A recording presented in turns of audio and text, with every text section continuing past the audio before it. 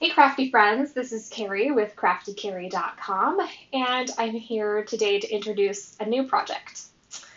So, I don't know about you, but I have a lot of interests and hobbies, and I have an infinite number of things that I would like to do and projects I would like to start. But I also feel the weight, both mentally and physically, in terms of the space taken up in my house of all of my hibernating projects. So while I'd like to participate in some fun things like 30 Days of Gratitude, which is something that a lot of crafters and memory keeping people take part in November, um, and I would love to do that. I've never done it. I really wanted to do it this year, and then I was thinking like, oh, I really should not start another project. What I really need right now is a different kind of challenge. So it's a challenge that I'm going to call 30 Days of Works in Progress. So I want to make progress, but especially on those projects that I've already started, and see if I can chip away at a few of them and get them moved out either into a finished state or just get them out of my house. So if this resonates with you at all and you'd like to join me, I have a couple of questions you might want to ask yourself before getting started. So one thing to consider might be like, what projects are causing you the most stress, guilt, or chaos in your life? Like, what's kind of the hang up in the back of your mind that's really telling you, no, I really shouldn't start another project? And it could be like, if you notice my background, that my office is just kind of a mess and it's perpetually sort of a mess. So I want to spend some time. One project is spending some time to make some better systems in my office, maybe rearrange the furniture and make it a space a little bit easier to upkeep. So that's an example of one that's causing me some stress. The second question might be, what project or projects are causing your family or your living space the most stress? And for me personally, that's probably that my sewing machine is set up in our dining room right now, which means that it's sort of spread out in our dining room. I mean, it's like our eat-in kitchen. We don't have a separate dining room. So it kind of spreads out a little bit onto the kitchen table. It's sort of on the kitchen island. And so we have to shuffle things whenever we want to eat, and that's stressful. And that wouldn't be so bad if I was sewing every single day, but I'm not right now. So I probably should pack that up and put it away and focus on some other things. The third question that you might want to ask yourself is, can you think of like a really quick and easy project that you can just finish and then get that out off your plate, maybe even today, and then you could feel good and kind of get momentum going. So those might be some good starting points. So what I'm going to be doing over the next 5 days is posting some little daily challenges to kind of help spark and start this project for you, to provide a little bit of direction.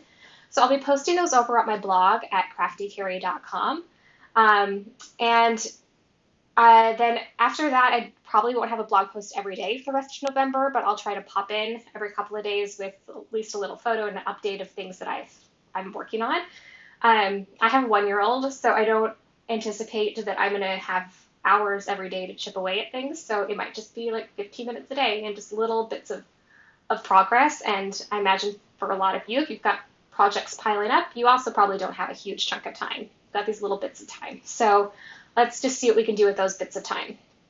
So our first challenge, and I've got step-by-step list on the blog that you can refer to, but it's going to go a little bit something like this. So our first challenge is we're going to make a list, a brain dump of all of our projects that are in our head or in our house, and get them out of our head onto paper. So what I want you to do is just to set a 15-minute timer, because I don't want this to take the rest of your day or to be too overwhelming. So just grab a notebook, and it can be any notebook. I just grabbed one that I just have around miscellaneous things in it. It doesn't need to be pretty, it needs to be easy. So what I want you to do is just walk around from room to room in your house and just jot down like the things that you see that you're like, oh yeah, I've been meaning to get to that, I've been meaning to get to that. And it could be crafting projects. It could be things you've been meaning to declutter. It could be things that need to be fixed around your house, maybe even things outside. And then if you come to something like that's a bin of smaller projects, you can just put the big category. So for example, right now in my living room, I have like 2 bins of sewing projects that are work in progress. Well, I think one of them is projects and one of them is fabric. But anyway, I've got some bins of fabric in my living room right now. And so I'm not going to go through that necessarily and write down every project because that would take too long, but we can just put pile of bins, quilting projects.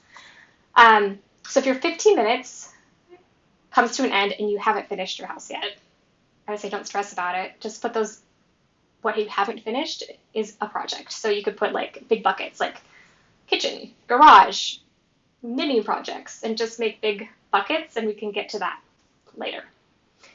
So then the last step is I just want you to take a minute, 5 minutes, set a timer so you don't just go into despair, and just kind of sit with your list.